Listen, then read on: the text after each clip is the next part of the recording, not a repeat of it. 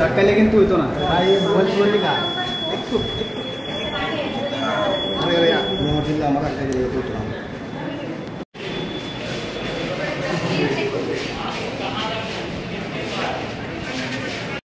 আমার সূচনায় না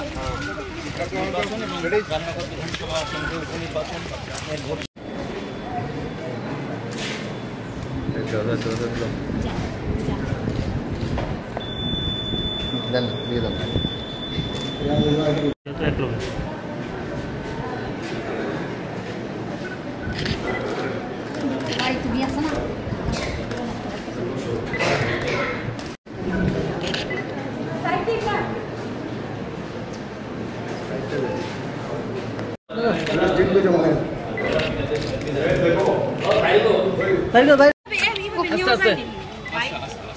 আর কার কি প্রশ্ন আছে সব শুনে নেই একসাথে বলুন একটু আচ্ছা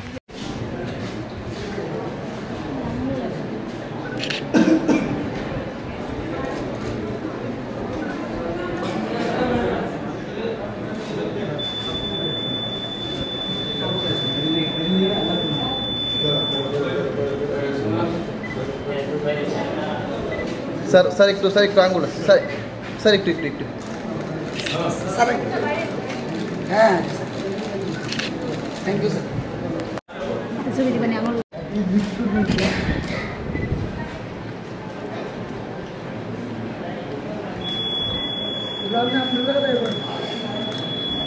যে অভিজ্ঞতা এটা তো মানে ট্র্যাডিশনাল, এটা নতুন করে বলার কিছু নাই।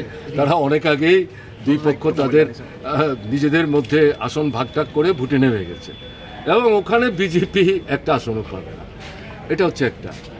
আর পশ্চিমবাংলার কথা যেটা বলছেন, এই ভদ্রমহিলা প্রথম থেকে ভেতর থেকে এই ইন্ডিয়া ব্লক যেটা তৈরি হচ্ছে এর মধ্যে গোলমাল কী করে বাঁধানো যায় তার চেষ্টা তিনি করে আসছেন। আমি এগুলো বলে সময় নেব না, ভোটের দিন তো অনেক মানুষ যাচ্ছে এদিক দিয়ে, আমি সময় বেশি নিতে চাইছি না। আপনারা প্রশ্ন করছেন, আমি যদি জবাব না দেই তাহলে আপনাদের মধ্যে বিরূপ প্রতিক্রিয়া হতে পারে, তার জন্য বলছি। এখন পশ্চিমবাংলায় যেটা হচ্ছে, বিজেপির বিরুদ্ধে লড়াই মানে তৃণমূলের বিরুদ্ধে লড়াই, বিচ্ছিন্নভাবে তৃণমূলের বিরুদ্ধে লড়াই, বিজেপির বিরুদ্ধে কিছু বলবো না, এটা হবে না। ফলে তৃণমূলের বিরুদ্ধে লড়াই, বিজেপির বিরুদ্ধে লড়াই এক দৃষ্টিভঙ্গিতেই ওখানকার বিরোধীরা দেখছেন। মার্ক্সবাদী কমিউনিস্ট পার্টির নেতৃত্বে বামফ্রন্ট এবং একই সাথে কংগ্রেস, তারা একসাথে মিলে লড়াই করছেন। কাজে এই নিয়ে শাসক দলের কটাক্ষ করার কোনো সুযোগ নেই, বরং তারা এই ভোট ভাগাভাগি করে গত লোকসভার নির্বাচনে যে 18টা আসন বিজেপি পেয়েছিল এগুলো তৃণমূলের জন্য পেয়েছে।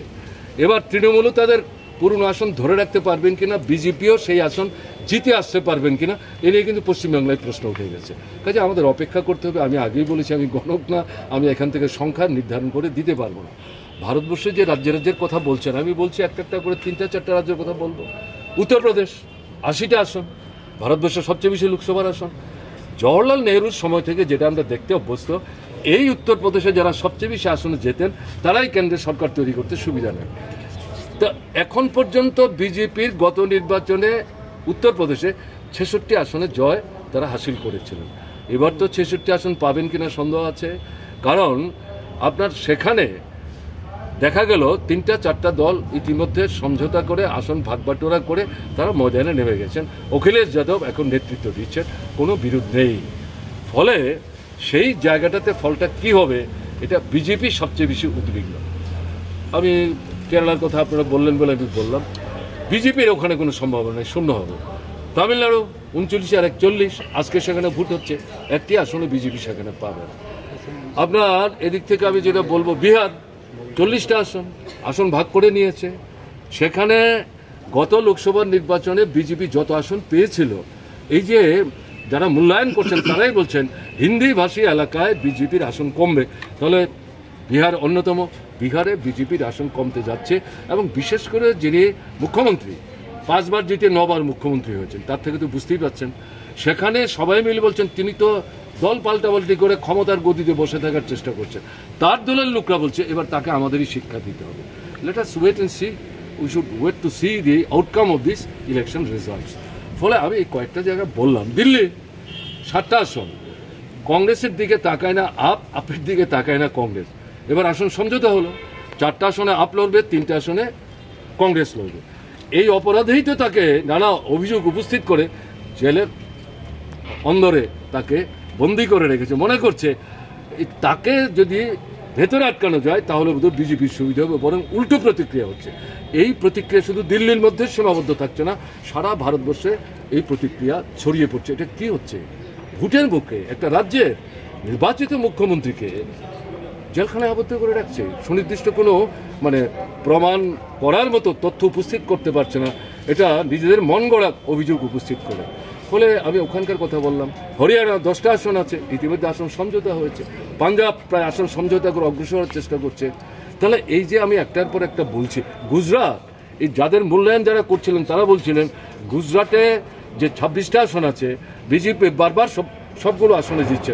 এবার এই মূল্যায়ন যারা করছেন তারা বলছেন গুজরাটে বিজেপি আসন হারাতে চলেছে, বিজেপি সব আসন পাবে না। বলে আমি এই কথাগুলো বলছি, এগুলো তো আমার কথা না, আপনারা এগুলো দেখছেন, আমিও আপনাদের মতো দেখছি, তার থেকে এবং পত্রপত্রিকা পড়ছি, এগুলো থেকে মনে হচ্ছে পরিস্থিতিটা একটা অন্য মন নিচ্ছে, অন্য হাওয়া উঠছে। এবং অতীতে যেমন আমি বললাম 8টা 10টা ক্ষেত্রে এরকম পরিবর্তন হয়েছে সব দলগুলো একসাথে হয়ে, এবারও তারা তো 19-এ একসাথে হয়নি, তারা তো 18-তে একসাথে হয়নি, তারা এবারই হলেন। ফলে তার রেজাল্ট আমার তো মনে হয় একটা পজিটিভ দিকে যাচ্ছে। আমাদের একটু অপেক্ষা করতে হবে, দেখতে হবে। Thank you. ঘিরে হাত চিহ্নে ভোট দেবেন, তো সেইভাবে আপনার অভিজ্ঞতা এবং বিপ্লব দেবের পাল্টা প্রতিক্রিয়া আপনার কি? বিপ্লব দেবের বক্তব্যের পাল্টা প্রতিক্রিয়া করতে যখন নির্বুদ্ধিতা হয় তাহলে তাকে গুরুত্ব দেওয়া হবে। প্রশ্নটা তা না। এই যে 27টা রাজনৈতিক দল একটা জায়গায় আসলো, যারা বলছে এটা দলীয় নির্বাচন, এই পরিস্থিতিটা কে তৈরি করলো? আরএসএস নিয়ন্ত্রিত বিজেপির 10 বছরের শাসন, নরেন্দ্র মোদীর নেতৃত্বে অমিত শাহ তার সহযোগী, তারাই তো এই পরিস্থিতি তৈরি করছে।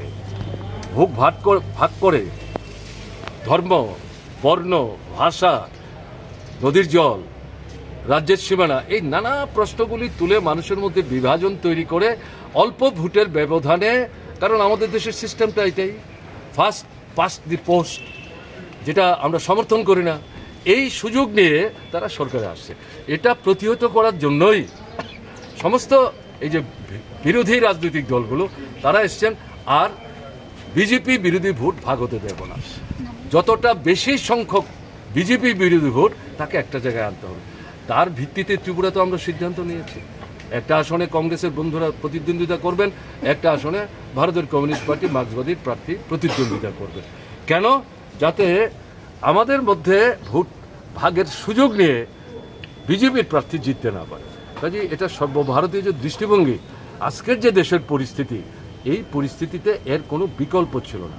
আমি আপনাদের বলবো, যেহেতু প্রশ্ন করেছেন, আমাদের দেশে 1977 সালের যে নির্বাচন, অসাধারণ নির্বাচন, নেতৃত্বের বিরাট অংশ জেলখানায় আবদ্ধ ছিলেন, সেখান থেকে স্লোগান নিয়ে বেরোলেন, গণতন্ত্র পুনরুদ্ধার করতে হবে, নাগরিক স্বাধীনতা পুনঃস্থাপন করতে হবে। অসাধারণ এই যে আবেদন, তাতে সাড়া মিলেছে। প্রথম ভারতবর্ষে অকংগ্রেসী সরকার স্বাধীনতার পর প্রতিষ্ঠিত হল। মোরারজি দেশাই, তারপরে ভিপি সিং, তারপরে চৌধুরী চরণ সিং, তারপরে এইচডি দেবেগৌড়া, কেমন না, তারপরে দেখা গেল আইকে গুজরাল, এবং এরপরে ডক্টর মনমোহন সিং। এরা কেউ কিন্তু তাদের নিজের দলীয় ভোটের শক্তির জুড়ে প্রধানমন্ত্রীর আসনে বসেছেন, ঘটনা জানা। বিরোধী যে দলগুলো, শাসন ক্ষমতায় যারা ছিলেন কেন্দ্রে, তাদের জনবিরোধী, অগণতান্ত্রিক, স্বৈরাচারী যে ভূমিকা, এটাকে প্রতিহত করার জন্য ক্ষমতাচ্যুত করে বিকল্প শক্তির সমন্বয়ে একটা নতুন সরকার তৈরি করার আহ্বান নিয়ে তারা নেমেছিলেন। ফলে এই সাফল্য এসছে। ভারতবর্ষে এ যাবৎ প্রায় 18 জন প্রধানমন্ত্রী হয়েছে। এই যে সম্মিলিত শক্তির প্রচেষ্টা, তাতে গিয়ে প্রায় 8 থেকে 10 জন এই ধরনের প্রধানমন্ত্রী কিন্তু ভারতবর্ষে তৈরি হয়েছে। এবারও পরিস্থিতি যেদিকে অগ্রসর হচ্ছে, এই নির্বাচনের ফলাফল 4 তারিখ ঘোষণা হবে জুনের, তারপর তো মনে হচ্ছে এরকমই একটা নতুন সরকার হবে, নতুন প্রধানমন্ত্রী ভারতবর্ষ হওয়ার সম্ভাবনা উজ্জ্বল থেকে উজ্জ্বলতর। স্যার, এতদিন বিরোধী দল ছিল ত্রিপুরা মতো, তারা জুট করছে, আর কংগ্রেস সিপিএম একদিকে, বিজেপি ত্রিপুরা মতো একদিকে, লড়াইটা কেমন হবে? তিপ্রামথা তো গত 23-এর নির্বাচনে যে 19 ভাগ ভোট পেয়েছে, এ তো বিজেপির বিরুদ্ধে কথা বলে পেয়েছে। এখন তো এরা বিজেপির পেটেই ঢুকে গেলেন। মথার প্রার্থী কিন্তু সিম্বল হচ্ছে বিজেপি, এটা মথার মধ্যেই গোলমাল। কাজে 19 ভাগ ভোট এটা তিপ্রামথার ভোট না, এটা বিজেপি বিরোধী ভোট। কাজে এই ভোট তো তিপ্রামথা পাবে না। তারা নিজেরাই এখন বিচ্ছিন্নতায় ভুগছেন। ফলে আপনি যে প্রশ্ন করছেন, লড়াইটা খুব ইন্টারেস্টিং হবে, তেজি হবে। এই কারণেই বলছি ম্যাজিক্যাল রেজাল্ট হওয়ার সম্ভাবনা আছে, কিন্তু মানুষকে নির্বিঘ্নে ভোট দিতে হবে, পোলিং এজেন্টকে ঢুকতে দিতে হবে, পিটিয়ে তাদেরকে বের করা যাবে না। তাহলে কি করে হবে? কমিশনের ভূমিকা নিয়ে একই সঙ্গে একটা প্রশ্ন থাকবে, মানে আপনি মোদি বলছেন 400 পার আর রাহুল গান্ধী বলছেন 150-র উপরে উঠবে না। আপনার অভিজ্ঞতায় আপনি কত ফিগার টার্গেট করতে পারেন বিজেপির জন্য? দেখুন, আমি গণক না, আমি গণনা করে সংখ্যা বলবো না। আমি যেটা উল্লেখ করব, আমি গত 4 দিন 5 দিন যাবত আমি লক্ষ্য করছিলাম সোশ্যাল মিডিয়ায়, তাতে যা দেখা যাচ্ছে, যারাই বলছেন তারা কোনো দলের লোক না, তারা সংবাদপত্রের সাথে কাজ করেন, এই ধরনের বিশ্লেষণের ভূমিকায় তারা ভূমিকা নেন, সারা দেশের খবর নেন, তারা পরিষ্কার বলছে, যেটা আমি আগে উল্লেখ করার চেষ্টা করেছি। এবং একজন বন্ধু বললেন যে মোদি সাহেব বলছেন 400, আর রাহুল গান্ধী বলছেন, আমি আগে তো বলেছিলাম 230-70, এখন তো এটা 150-এর নিচে চলে আসবে। প্রধানমন্ত্রী এসেছিলেন তো, আমাদের এখানে মিটিং করে গেলেন তো, আপনারা দেখেছেন তো, তার তো সেই জেল্লা নেই। তিনি তো এখানে 400 উল্লেখ করেননি, তিনি এখানে আপনার এই সংখ্যা টঙ্কার দিকে যাওয়ার চেষ্টা করেননি। কথাই তো তিনি বলতে পারছিলেন না, তার মুখ দিয়ে কথা বেরোচ্ছিল না, তাকে পরিশ্রান্ত মনে হচ্ছিল, হতাশাগ্রস্ত মনে হচ্ছিল। এর থেকে কি মনে হয়? বডি ল্যাঙ্গুয়েজ, এটা দেখলে পরে তার থেকে তো কিছু অনুভব করা যায়, উপলব্ধি করা যায়। কাজে এর থেকে বুঝবার চেষ্টা করবেন। এবং আপনাদের কাছে অনুরোধ করব, যদি ভোট দিয়ে না থাকেন, ভোট লুটের প্রক্রিয়া শুরু হওয়ার আগে নিজের ভোটটা কিন্তু নিজেরা দিয়ে আসবেন, এই আমার বক্তব্য। স্যার, একটা শেষ প্রশ্ন থাকবে। বিপ্লব দেব সেদিন সভা মঞ্চে দাঁড়িয়ে একটা অভিযোগ করছিলেন, তিনি সবার কাছে বলছিলেন যে ওকে দিবা জায়গা আছে সবাই লোক একটু নিচে নাও, তাইলে তো সবাই পায়। আমি এখন ভোট দিলাম তো একটু পরে আমি পার্টি অফিসে যাব। ওখানে গিয়ে বসার পর সমস্ত এই যে কেন্দ্রটিতে ভোট হচ্ছে বিভিন্ন মহকুমায়, সেখান থেকে খবর নেব। আমি চেষ্টা করছিলাম, কিন্তু টেলিফোন গোলমাল করছে, তো সেই কারণে সবটা খবর নিয়ে বেরোতে পারেনি। তো মোটামুটি যেটা দেখা যাচ্ছে, আমি এখানে অন্তত যা দেখলাম, লাইনে ভালো সংখ্যক ভোটাররা দাঁড়িয়েছেন, তারা ভোট দিচ্ছেন, আমরাও ভোট দিলাম। এই পদ্ধতি অনুসরণ করে যদি সারা ত্রিপুরায় ঠিকঠাকভাবে নির্বাচকদের স্বাধীনভাবে ভোট দেওয়ার যে অধিকার, এটাকে যদি রক্ষা করা হয়, তাহলে তো নিঃসন্দেহে এটা খুব ভালো জিনিস। এবং তা যদি হয়, তাহলে আমার নিজের যা ধারণা, একটা ম্যাজিক রেজাল্ট হওয়ার সম্ভাবনা আছে। আর কি প্রশ্ন? স্যার, বিরোধী যিনি প্রার্থী, অর্থাৎ ইন্ডিয়া জোটের যিনি প্রার্থী, তিনি অভিযোগ করেছেন ভোট প্রহসন হচ্ছে রাজ্যে। এই বিষয়টা পোলিং এজেন্টকে ঢুকতে দেওয়া হচ্ছে, পোলিং এজেন্টকে ঢুকতে দেওয়া হচ্ছে। এমনকি উপনির্বাচনে বাম প্রার্থীরও একই অভিযোগ। সেই সম্পর্কে আমি যেটা বলবো, কালকে আমি নর্থ থেকে এসেছি, রাতের বেলা 9:30 অবধি আমি পার্টি অফিসে ছিলাম। তাতে প্রত্যেকটা মহকুমার আমাদের যারা নেতৃত্ব, তাদের সঙ্গে কথা বলে জানবার চেষ্টা করেছি। দেখা যাচ্ছে যারা পোলিং এজেন্ট হবেন আমাদের, আশিসবাবু বা এখানে রতনবাবু, চিহ্নিত করে করে তাদের বাড়িতে গিয়ে থ্রেট করা হচ্ছে যে আপনারা আছেন, ভালো আছেন, থাকবেন, এবং খাওয়া দাওয়ার জন্য নাকি প্যাকেটও দিচ্ছে, বলছে কালকেও আমরা দেব, কিন্তু বাড়িতে থাকবেন, বেরোবেন না, ভোট দিতে যাবেন না। পুলিং এজেন্ট হওয়ার চিন্তা তো করাই উচিত না। এটা কালকে পর্যন্ত খবর। এখন অবধি যেটা আশিসবাবু বলেছেন, তিনি প্রার্থী, তিনিই তো সবচাইতে বেশি খবর রাখবেন, এবং সকাল থেকেই সম্ভবত তিনি ঘুরছেন। তো তার যে বক্তব্য, এটাকে তো আমার পক্ষে উপেক্ষা করা সঙ্গত হবে না, এটা হওয়া অস্বাভাবিক না। কারণ ত্রিপুরায় 18 বিধানসভা নির্বাচনের পর থেকে এ যাবৎ 23 বিধানসভা নির্বাচন পর্যন্ত পঞ্চায়েতের ভোট হয়নি, নগরের ভোট হয়নি। এই তো এখানেই তো 10:30 11টার পর থেকে কেউ আর ভোট দিতে পারেননি। এখান থেকে 150 মিটার দূরে মুখ্যমন্ত্রীর বাড়ি, আর 150 মিটার দূরে ডাইরেক্টর জেনারেল অফ পুলিশের অফিস। এদের চোখের সামনেই ভোট লুণ্ঠন হয়েছে। এবং এখানে আমাদের পার্টি নেতা ঝলক মুখার্জি, তাকে ধরে এনে একটা এই বিদ্যালয়ের ক্লাসরুমে ঢুকে বাইরে থেকে দরজা বন্ধ করে বাইরে থেকে চিৎকার করে বলছে আমাদের ক্ষমা করবেন, এবার আমাদেরকে আমাদের মতো করে ভোট দিতে দিন, না হলে আমাদের ভবিষ্যৎ অন্ধকার। এটা হচ্ছে ঘটনা। ফলে 11:30টার পর থেকে এখানে ভোট কেউ দিতে পারে। এখন লোকসভার নির্বাচন আপনারা জানেন, 2019-এর যে লোকসভা নির্বাচন, 52 সাল থেকে নির্বাচন হচ্ছে। প্রথম এই ত্রিপুরার পশ্চিম যে আসনটি সাধারণ আসন, এই আসন তার নির্বাচন বাতিল করবার জন্য আমরা দাবি করেছিলাম।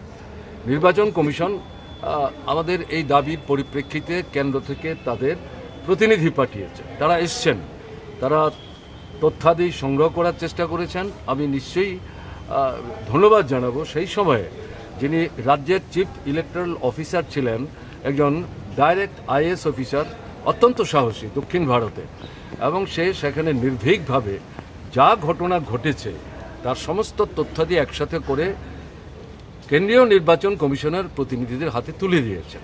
তারাও বিভিন্ন মহকুমায় গিয়ে ভোটের কাজের সঙ্গে যারা যুক্ত, এমনকি কোনো কোনো ক্ষেত্রে অপ্রত্যাশিতভাবে ভোটারদের সঙ্গে তারা স্বেচ্ছায় কথা বলার চেষ্টা করেছে। অভিযোগ যা পেয়েছেন, তাদের যে মতামত প্রতিক্রিয়া, তারা দেখছেন এগুলোর মধ্যে মিল আছে। ফলে এই নির্বাচনে প্রায় 200-র মতো বুথে রিপোল করার সিদ্ধান্ত ইলেকশন কমিশনকে ঘোষণা করতে হয়েছে। 52 সালের পর ভারতবর্ষের 543টা আসনে যে সরাসরি ভোট হয়, কোনো লোকসভা কেন্দ্রে এত বুথে রিপোলিং এর আগে হয়। এবং শুধু তা না, এই রিপোলিংয়ের ডিক্লারেশনের সাথে সাথে পূর্ব আসনের ভোট ছিল 7 দিন পিছিয়ে দিতে হয়েছে। রিপোলিংয়ের পরও এখানে যে ভোট হয়েছে সেখানেও রিগিং হয়েছে, পূর্ব আসনেও রিগিং হয়েছে। কাজেই ত্রিপুরা ভারতবর্ষের মধ্যে মনে হচ্ছে একটা দ্বীপ, অন্য জায়গার মানুষ আমরা, এবং এখানে ভোটের অধিকার ছিনিয়ে নেওয়া হচ্ছে। এই করে বিজেপি দল শাসন ক্ষমতায় টিকে থাকবার চেষ্টা করছে। এটা শাসক দলের শক্তি না, দুর্বলতার লক্ষণ। গণতন্ত্রকে এইভাবেই ধ্বংস করছে। তো এবারকার লোকসভা নির্বাচনে 27টা রাজনৈতিক দল একসাথে মিলে তাদের স্লোগানটা কি? দেশ বাঁচাতে হবে, আমাদের দেশের সংবিধান রক্ষা করতে হবে। সংবিধানের মূল কথা হচ্ছে গণতন্ত্র, সংসদীয় গণতান্ত্রিক ব্যবস্থা, এটাকে রক্ষা করতে হবে। এবং ধর্ম নিরপেক্ষতার যে মতাদর্শ, রাষ্ট্র সবার, ধর্ম যার যার তার, রাষ্ট্রের সাথে ধর্মের কোনো সম্পর্ক থাকবে না, এটার উপরে আঘাত আসছে মুহুর্মুহু। প্রধানমন্ত্রী নিজেই এই ধর্ম নিরপেক্ষতার আদর্শের বেদিমূলে আঘাত করেছেন। এটা রাম জন্মভূমি উদ্বোধনের যে অনুষ্ঠান, তার মধ্য দিয়ে সারা ভারতবর্ষ এবং পৃথিবীর সামনে তিনি পরিষ্কার করে দিয়েছেন যে সংবিধান ছুঁয়ে আমি প্রতিজ্ঞা নিয়ে গড়াগড়ি খেতে খেতে পার্লামেন্টে ঢুকেছিলাম, এগুলো কথার কথা, লোক দেখানো। এবং তিনি এই সংবিধান পদদলিত করে দেখা গেল সেখানে রাম জন্মভূমি উদ্বোধন করতে গেলেন, রামের নাকি তিনি প্রাণ প্রতিষ্ঠা করেছেন। এগুলো সারা ভারতবর্ষের মানুষ আমরা দেখেছি, পৃথিবীর মানুষ দেখেছে, প্রশ্ন তুলেছে। পৃথিবীর মধ্যে ভারতবর্ষ সবচেয়ে বড় জনসংখ্যার রাষ্ট্র, 141 কোটি মানুষ, এবং প্রায় 90 কোটির মতো মানুষ ভোটের অধিকার প্রয়োগ করেন, তারা ভোট দিতে পারে। পৃথিবীতে আর কোনো দেশে এত ব্যাপক আপনার এই সংসদীয় গণতান্ত্রিক ব্যবস্থা এবং ভোটের ব্যবস্থা নাই। কিন্তু আমাদের দেশে এখন যেটা লক্ষ্য করা যাচ্ছে, এই সমস্ত কিছু উপর আঘাত নেমে আসছে। একদলীয় স্বৈর শাসন, ফ্যাসিস্টসুলভ দৃষ্টিভঙ্গিতে কায়েম করার চেষ্টা হচ্ছে, যার পরীক্ষাগার হচ্ছে ত্রিপুরা, ল্যাবরেটরি। এই ছোট্ট ত্রিপুরায় তারা সাকসেসফুল, তারা মনে করছেন তারা সাকসেসফুল। এটাই 24-এর লোকসভা নির্বাচন শেষ করতে পারলে যদি কোনো মতে সরকারে আসতে পারেন সারা ভারতবর্ষের উপর, এটা তারা চাপিয়ে দেবেন। এটার বিরুদ্ধেই সবাই মিলে বলছে যে একদলীয় স্বৈর শাসন, ফ্যাসিস্টসুলভ দৃষ্টিভঙ্গিতে কায়েম করার চেষ্টা হচ্ছে, যার পরীক্ষাগার হচ্ছে ত্রিপুরা, ল্যাবরেটরি। এই ছোট্ট ত্রিপুরায় তারা সাকসেসফুল, তারা মনে করছেন তারা সাকসেসফুল। এটাই 24-এর লোকসভা নির্বাচন শেষ করতে পারলে যদি কোনো মতে সরকারে আসতে পারেন সারা ভারতবর্ষের উপর, এটা তারা চাপিয়ে দেবেন। এটার বিরুদ্ধেই সবাই মিলে বলছে যে এটা দলীয় নির্বাচন না, গোটা দেশের মানুষ এবং বিজেপি এই উভয়ের মধ্যে লড়াইটা হচ্ছে। এখন এই সাথে সাথে মানুষকে তো বেঁচে থাকতে হবে। গণতন্ত্র গুরুত্বপূর্ণ, আমাদের আপনার যে সংবিধান অত্যন্ত গুরুত্বপূর্ণ, ধর্মনিরপেক্ষতার যে দৃষ্টিভঙ্গি অত্যন্ত গুরুত্বপূর্ণ, কিন্তু এর পাশাপাশি মানুষকে তো বাঁচতে হবে, খাওয়া পড়া চাই, রোজগার চাই। এখন তো এই জায়গাটাতেই আক্রমণ চলে আসছে, ক্রয় ক্ষমতা চলে যাচ্ছে, তাদের কেনবার ক্ষমতা নাই, রোজগার নাই। এই যে পরিস্থিতিতে জিনিসপত্রের দরদাম বাড়ছে, বেকার সমস্যা বাড়ছে। গত 50 বছরে আমাদের দেশে বেকারির বৃদ্ধি হার যা ছিল, মোদীর নেতৃত্বে বিজেপি শাসনে 10 বছরে সমস্ত রেকর্ড ম্লান করে দিয়েছে। শিক্ষিত বেকার যারা, তাদের 83% বেকার, তাদের কোনো কাজ নাই, কর্ম নাই। কৃষক ফসলের ন্যূনতম ন্যায্য মূল্য পাচ্ছে না। তা যদি না পান, তারা বাজারে কি করে যাবেন? তাদের চাহিদা পূরণের জন্য কি করে জিনিসপত্র সওদা করবেন? ফলে যে সমস্ত কলে কারখানায় এই সমস্ত জিনিসগুলি উৎপাদন হচ্ছে, সেগুলো বন্ধ হয়ে যাচ্ছে। কর্মরতরা কাজ হারাচ্ছেন, নতুন কার কি করে কাজ পাবে? ফলে একই সাথে সাথে এই যে বিষয়গুলো, অস্তিত্ব রক্ষার যে প্রশ্ন, অর্থনৈতিক যে দৃষ্টিভঙ্গি, এই সরকার যেটা নেতিবাচক দিক থেকে এই তাদের যে অর্থনৈতিক নীতি কার্যকরী করার মধ্য দিয়ে অল্প সংখ্যক 8 থেকে 10 ভাগ একচেটিয়া পুঁজি, যোদ্ধার, জমিদার, কালোবাজারি, মুনাফাখোর, তাদের স্বার্থ রক্ষা করার চেষ্টা করছে। ফলে এদেরকে ক্ষমতা থেকে হটিয়ে একটা বিকল্প জনমুখী গণতান্ত্রিক, আমাদের ধর্ম নিরপেক্ষতার মতাদর্শের প্রতি যাদের আস্থা আছে, তাদের নিয়ে একটা সরকার তৈরি করতে হবে। এই আওয়াজ উঠছে, এটা ধীরে ধীরে সারা ভারতবর্ষে ছড়িয়ে পড়ছে। এবং আমরা যেটা লক্ষ্য করছি, বিভিন্ন আপনার যে এই নির্বাচনী যে কর্মধারা, এটার উপরে যারা বিশ্লেষণ করেন, তারা নির্দিষ্ট কোনো দলের লোক না। আমি গত কয়েকদিন যাবৎ লক্ষ্য করছিলাম, তারা পরিষ্কার বলছেন 400 বলছেন, 370 বলছেন। তাতে তো যেটা দেখা যাচ্ছে, হিন্দি ভাষী যে রাজ্যগুলোতে বিজেপি যাবৎকালে গত দুটো নির্বাচনে বিরাট সংখ্যক আসন জয়ী হয়ে কেন্দ্রে সরকার তৈরি করতে পেরেছেন, এই হিন্দিভাষী অঞ্চলেই তো বিজেপি এবার সবচেয়ে খারাপ ফল করবে। দক্ষিণ ভারতে তো তাদের আসন কোত্থেকে আসবে, সেখানে শূন্য থাকবে। ফলে এর সাথে মিলিয়ে ত্রিপুরায়, এই কারণে আমি প্রথম যে কথা বললাম, যে যদি মানুষকে স্বাধীনভাবে ভোট দেওয়ার সুযোগ দেওয়া হয়, তাহলে এখানে মিরাকুলাস রেজাল্ট হবে এবং বিজেপির প্রার্থীরা হারবেন। আর যদি জেতেন, তাহলে 18 থেকে 23 পর্যন্ত নির্বাচনগুলি যে প্রহসনে পরিণত করে, মানুষের ভোটের অধিকার হরণ করে, লুট করে, এমনকি গণনা কেন্দ্রে তারা যে কাণ্ড করেছে, এইভাবেই তাদের জিততে হবে। এই জয়ের মধ্যে কোনো আনন্দ নাই, এটা তাদের দুর্বলতার লক্ষ্য। স্যার, আপনি একজন কমিশনারের